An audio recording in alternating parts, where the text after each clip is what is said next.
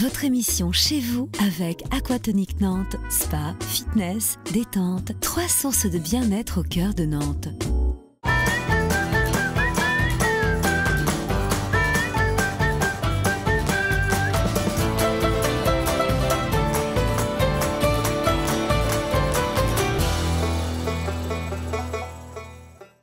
Salut à tous et bienvenue dans Chez vous.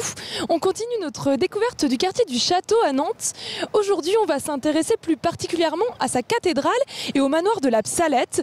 Ce sont deux bâtiments qui sont côte à côte et qui sont bien sûr liés par leur histoire. On en parle avec Elisabeth Perrault.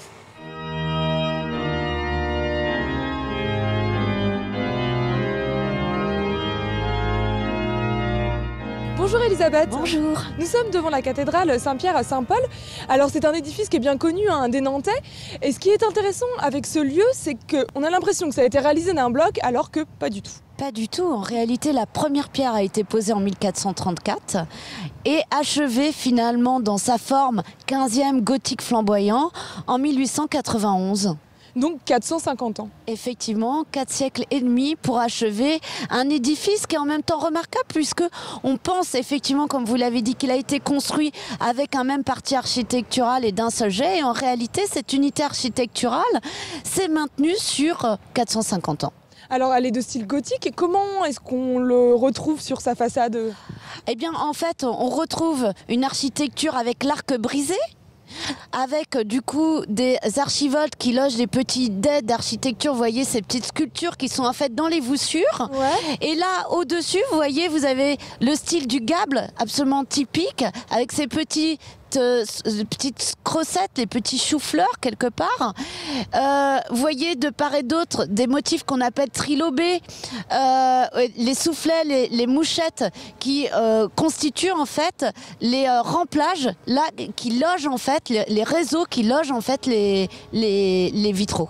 Donc c'était bien sûr le centre du pouvoir du diocèse de Nantes, ça l'est toujours. Ah oui, complètement. C'est vraiment un lieu très important, un lieu historique qui a eu une place très importante dans l'histoire de Nantes. Effectivement, même si maintenant la cathédrale appartient à l'État, mais effectivement c'était un haut lieu évidemment de l'évêché. Elle a été classée au monument historique. Oui, un des premiers édifices classés monument historique par Mérimée en 1862. Tout à fait. Très bien. Et elle a eu quelques bombardements, quelques incendies, mais maintenant elle est plutôt... Voilà, les premiers vandalismes datent de la Révolution. D'ailleurs, on n'a plus du tout les statues dans les dés d'architecture pour certains. Et effectivement, a subi des torpilles de vols aériens de 1944. Et du coup, d'ailleurs, la sacristie a été incendiée à cette époque. Et toutes les archives ont d'ailleurs disparu pour la plupart.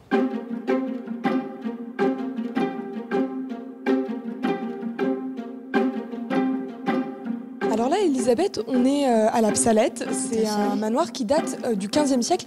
Désormais, on en est sûr. On est absolument sûr. On a pu le dater précisément et par la redécouverte des armes de Jean Gougeol de Rouville sous la chaise de Lucier, et d'autre part par une étude de dendrochronologie qui a permis de dater très précisément en fait la charpente. D'accord.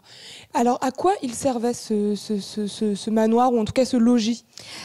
Il est assez exceptionnel parce que à la fois il était un lieu de résidence urbain, un manoir effectivement, mais également lieu d'exercice du pouvoir, puisque Jean Gougeol de Rouville, qui est le commanditaire de cet édifice, était le vice-chancelier du duc en fait de Bretagne. Donc c'était une sorte de premier ministre. Tout à fait. Alors c'est pas anodin, on est juste à côté, on est collé presque à la cathédrale. Ce n'était pas anodin que... Effectivement, le lieu de cet exercice du pouvoir vraiment au sud et à proximité de la cathédrale n'est absolument pas gratuit. Alors cet espace-là est assez exceptionnel et il a été restauré Tout à fait. Une bonne partie. Alors, c'est la façade en fait sur le parc qui a été restaurée et du coup où on a pu restituer en fait la modénature et faire un travail d'archéologie du bâti. Alors c'est un bâtiment qui est un peu caché. C'est vrai que c'est un peu... Quand on arrive ici, on se dit « Ah, mais il y a ça ». Il est assez méconnu parce que l'accessibilité est un peu compliquée vu que le seul accès est l'escalier en vis. donc pour des questions d'accessibilité. Effectivement, on essaye aux Journées du patrimoine de l'ouvrir. À l'occasion de l'inauguration, il y a eu plusieurs visites, mais c'est limité à 19 personnes. Voilà. Alors il y a aussi son parc qui est juste en bas. Ça, pour le coup, on peut venir librement. Tout à fait, puisqu'il y a des jeux pour enfants. C'est d'ailleurs un lieu très utilisé par les familles du quartier.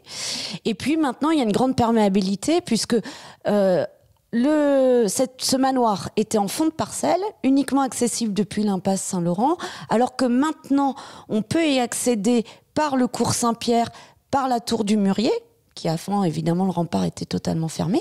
Et puis, depuis les années 30, une ouverture a été ménagée qui donne accès jusqu'à la cathédrale. Très bien. Eh ben, merci beaucoup, en tout cas, Elisabeth. Merci.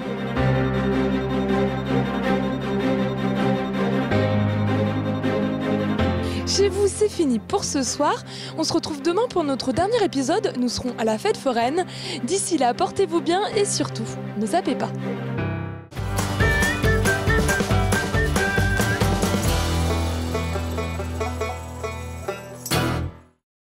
Votre émission Chez vous avec Aquatonic Nantes, spa, fitness, détente, 3 sources de bien-être au cœur de Nantes.